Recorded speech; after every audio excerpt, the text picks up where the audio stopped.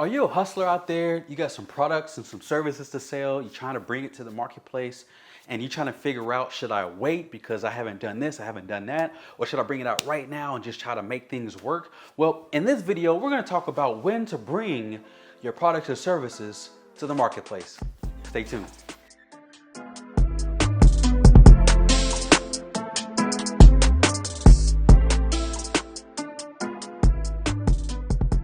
Hello again, my name is Christerpher Coleman with the Business Intelligence Group.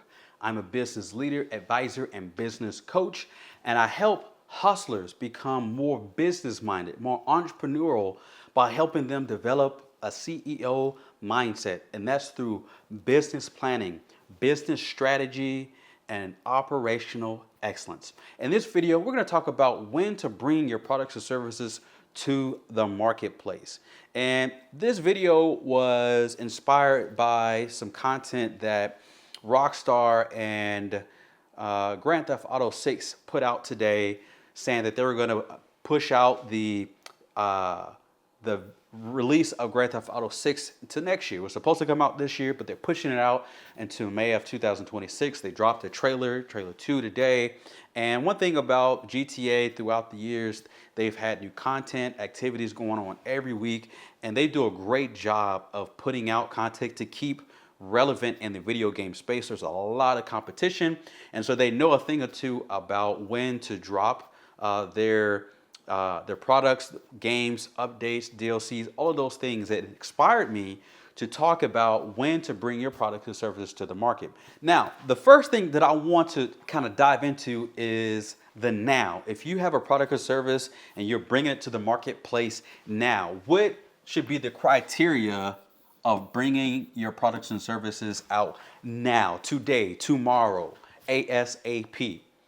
Well, it is when you want to have a leg up on the marketplace, when you want to gain market share. You want to have the majority of the pie in terms of percentage of the potential customers in a market. You want the most. Now, when you look at a lot of technology companies like Uber, Microsoft, Google, they will quickly bring out this, technology or product or services to the marketplace relatively quickly because they have project management, agile project management, where they're always making updates, but they want to be first with a specific attribute. They want to be first with a specific idea, so that idea or that product or that service or that technology is synonymous with their brand.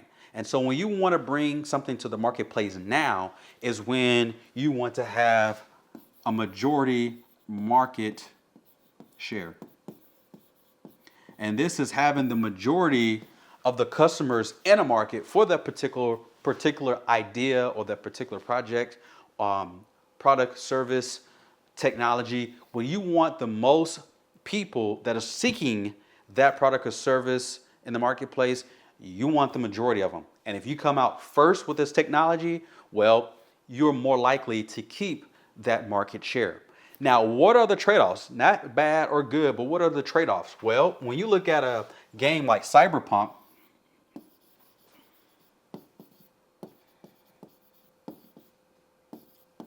this game came out a couple years ago, and they hurry up and brought it to the marketplace.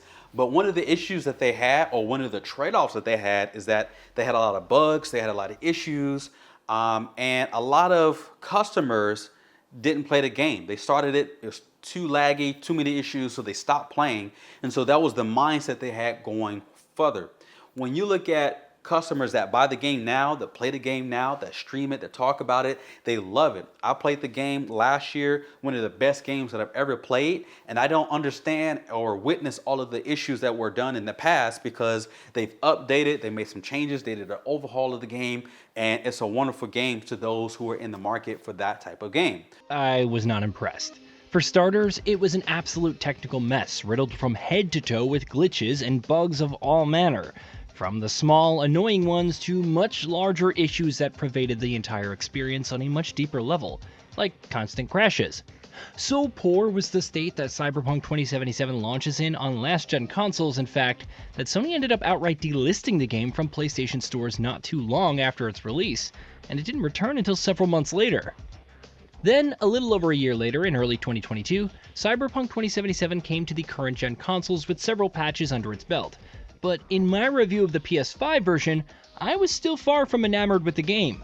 Sure, over the course of several months, CD Projekt Red had eliminated many of the action RPG's biggest technical issues, but many of my problems with the original experience had as much to do with its design and gameplay choices as they did with its technical state. By this point, I'd become convinced that CD Projekt Red would never be able to truly deliver on the lofty promises it made for Cyberpunk 2077 in the lead up to its launch. Even if it was polished to a sheen, there were significant issues with the game's open world, moment-to-moment gameplay, RPG mechanics, and much more that I felt would always exist short of a total redesign, which you hardly ever see for a single-player game in particular. And yet, that's exactly what CD Projekt Red has done. Cyberpunk 2077's Update 2.0 launched recently, only for PC and current-gen consoles, and where previous patches for the game were largely focused on polishing up the experience and ironing out its technical deficiencies, 2.0 turns its attention to the actual gameplay experience. Across a number of areas, Cyberpunk 2077's newest update has made radical improvements, whether that's through the collective efforts of a number of small iterations or through surprisingly in-depth overhauls of entire systems. The result is a far, far better game that comes much closer to hitting the highs that CDPR had promised it would nearly 3 years ago. And so one of the trade-offs of bringing your products or services to the marketplace right now is that there are going to be issues. You haven't battle tested all of the operations. You haven't battle tested the technology, the services, whatever you're bringing, it hasn't been battle tested. You haven't dotted your I's or crossed your T's. You might have some legal regulation type issues. You might have issues where you might have a lot of people wanting something on a server and the server can't handle it. There's a multitude of issues that can happen when you have an idea, you want to be quick to market, and you don't necessarily go through all of the activities needed to robustly test this product or services before you bring it out. There's going to be issues. So what is the trade-off? What is the thing that you must have? You have to have a system to improve. In terms of operational excellence, being able to operate with excellence, there's in the Japanese manufacturing culture, you have Kaizen, you have Six Sigma, you have Lean Six Sigma, you have Lean, you have Kaizen, you have Kanban, you have all of these tools and resources to begin to better your product, to improve your product, to improve the amount of defects you have, to improve how many quality issues you might have, to improve the data points that make you who you are in the marketplace. So one of the things that you want to do is have a system to improve, because if you can robustly and systematically improve the issues that the end customer may have, you have a better opportunity to bring something to the market. You have the name recognition. People associate this product or service, this technology, this idea to your brand. And even though there's issues, they see a robust way of these issues, improving. They'll come back. But if you don't, they'll start to go to someone else. And that brings me to another point of bringing out, when you bring out your products and services out now compared to later, is that you're going to have some copycats. You're going to have some copycats. Now, there's a country that I don't want to say that really they steal a lot of IPs. They can sell things a lot cheap. They have, a government that is ruled by one person, and thus the government subsidizes a lot of the manufacturing, a lot of things, so they can bring a lot of things to the marketplace a lot cheaper and sell it around the world. That's a lot cheaper. So if you have an idea around technology, a product or service, and it can be heavily copied, you want to bring it out to the marketplace first, because you want your brand, your marketing, you want everything about this product, about this idea, about this service to be about you. And you want this idea, this technology synonymous with your brand name. So there's going to be copycats out there, and it's okay. That's just a trade-off of bringing things out to the marketplace now. You want to have a system to continuously improve. You want to improve quickly and rapidly, but you must have a system. You must go in knowing that, hey, I'm going to bring this product or service to the marketplace right now. I need to have a system in place for how to improve issues as they come up. So that means you have to have some great engineers, great people on your team that can solve problems. And so continuous improvement, operational excellence, bring it to the marketplace now is a great strategy when you want to win market share.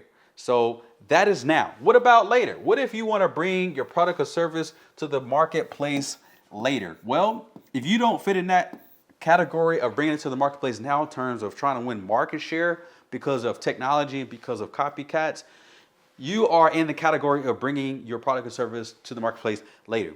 Me as a business coach, I compete with other business coaches. And as a result, there's a lot of competition. So if you hurry up, bring your products and services to the marketplace, and there's a lot of competition, and this is something that a lot of other people do, they can do it cheaper, they can do it faster. Well, you're not going to fare well with this because you're going to hurry up and do all of these things. But someone else has been in the game already who is doing the thing that you're doing, and they can do it a lot better, and they can serve your customers better than you can. So this is where you want to take a step back. You want to take your time, and you want to systematically figure out, how do I want to enter the marketplace? And you want to use strategy. Strategy is about focus, where to play and how to win. What market am I going to play in? And when I'm in that market, how can I win? What tactics can I use? What can I do to differentiate myself from the competition? Could I compete against Walmart by opening up Walmart 2.0? No, I cannot. Don't have the capital. I don't have the experience. I can't do all of these different things that Walmart does that they've built up over time. But me, maybe I can open up a shoe store and I can compete against Walmart by selling better quality shoes. Maybe I can open up a grocery store. Instead of selling cheaper produce, maybe I can have fresh produce, and I can compete with Walmart in produce. But instead of trying to produce the cheapest produce, maybe I can compete with bringing in more quality produce. Maybe I can't do all of these things that Walmart does, but maybe I can find a slither of what they do, and I can serve particular customers that are looking for that product or service. I can do it better. And this is where you want to strategically find out where that market is and strategically find ways to impact that market by making your products better or more efficient or just overall better to your target audience and who you're trying to produce this product or service for. So you really want to strategize. All right. The next thing is that you really want to take your time. You want to figure out all the legal issues. You want to ensure, am I a solopreneur? Is it a partnership? LLC, corporation, your taxes. All of these things are very important. If I'm in the food industry, what certifications do I need? What permits do I need? This is so important because in competition with other people who do what you do or are doing something similar, they've already been doing it. So it's a great way to either go to a place, take notes, interview people, ask questions, get information, get some, do some reconnaissance, get all the information you need so you can systematically roll out this product, this service, this business in a way that is very responsible. All right. So with that said, there's a lot of competition in the marketplace. So you have to figure out the strategy or where to play and how to win in the marketplace. I might want to sell pens. Well, I can't compete against Bic, or I can't compete against some of the top selling, but what can I do better? Maybe I can have a longer eraser. Maybe I can have funky colors. Maybe I can have a pencil that lasts forever. Whatever the case might be, you need to figure out exactly what you want to do. Instead of selling pens, pencils, erasers, and all the markers and all this stuff, maybe I just focus on pencils, and I just focus on a pencil and find out what unique opportunity that I can enter into the marketplace where people will buy it. I can take market share from someone else that likes these type of pencils, and maybe I take maybe 15% of that market share, and I grab that 15% and sell them my pencil because it has a longer eraser, or the pencil lasts forever, or it's a leadless pencil. Whatever the case might be, this is how you can compete, but this is when you compete by bringing your product or service to the marketplace later because there's thought, there's focus, there is a methodical process of bringing this product or service to the marketplace. Again, my name is Christerpher F. Coleman with the Business Intelligence Group. You can go to the bizintelgroup.com to find out more of what I do, my coaching services in terms of business planning, business strategy, has some value added with some photography, videography, marketing, project management. I help with due diligence process. If you're trying to get loans or investment from investment organizations, I'm the guy. If you want my one-page business plan, if you say, hey, I don't need all of that, Mr. Businessman, I just need a little push, a little nudge. Well, download my one-page business plan. It'll help you out today, get your thoughts together, your mind together, get your thinking in a more logical way, help you be more business-minded. I catch you in the next one. Peace.